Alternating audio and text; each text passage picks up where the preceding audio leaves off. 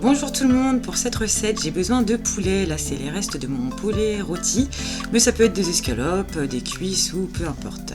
Je fais les fonds de réfrigérateur, donc il me restait 2 carottes et quelques tomates cerises que je vais ajouter dans ma préparation. Je vais également ajouter un oignon, une belle gousse d'ail, un bouquet de thym et quelques feuilles de laurier, de l'huile d'olive, du porto rouge, du gros sel. J'ai des baies roses et du poivre que je vais concasser manuellement parce que je n'en ai plus dans mon moulin. Alors c'est parti, je commence par ça.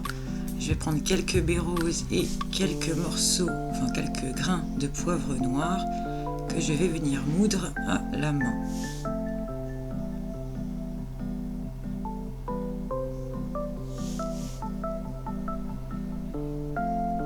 Dans mon faitout, je mets mon poulet.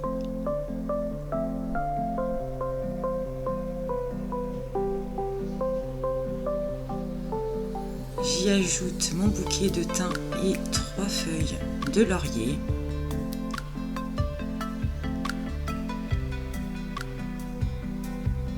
Je mets mes petites tomates cerises comme ça, juste lavées, pas besoin de les éplucher ou quoi que ce soit. J'épluche mes carottes et je vais les mettre dans mon faitout. Je fais des assez gros morceaux, à peu près 1 cm, c'est ça qui va me permettre un petit peu à la cuisson de savoir quand est-ce que c'est prêt. J'ajoute ma gousse d'ail, mon oignon,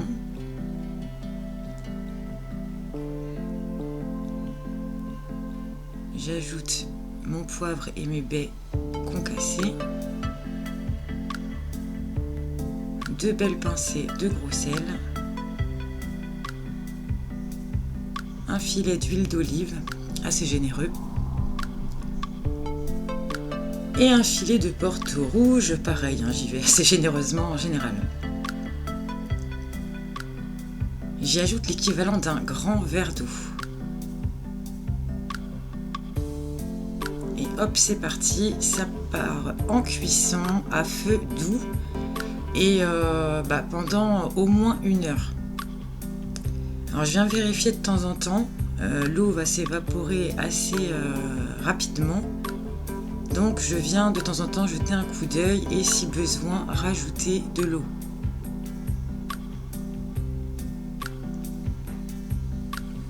Quand les carottes sont en mode purée, c'est que c'est bon. Là voilà, elles s'écrasent toutes seules, c'est super. J'enlève évidemment les branches de thym, les feuilles de laurier, les petits morceaux d'os de poulet s'il en reste, et je viens tout mixer.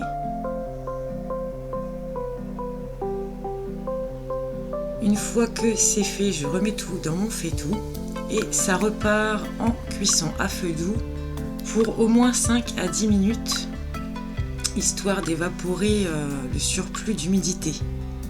C'est aussi le moment de goûter et de réassaisonner si besoin. Là, ça manque de sel.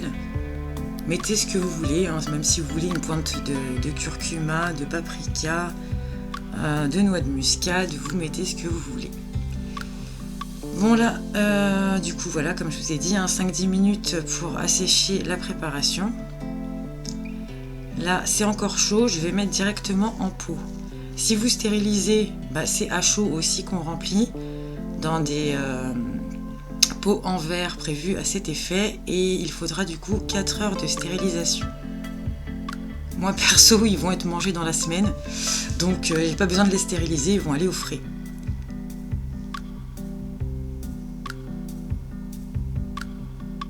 Voilà, bon, j'essuie bien, je fais ça correctement.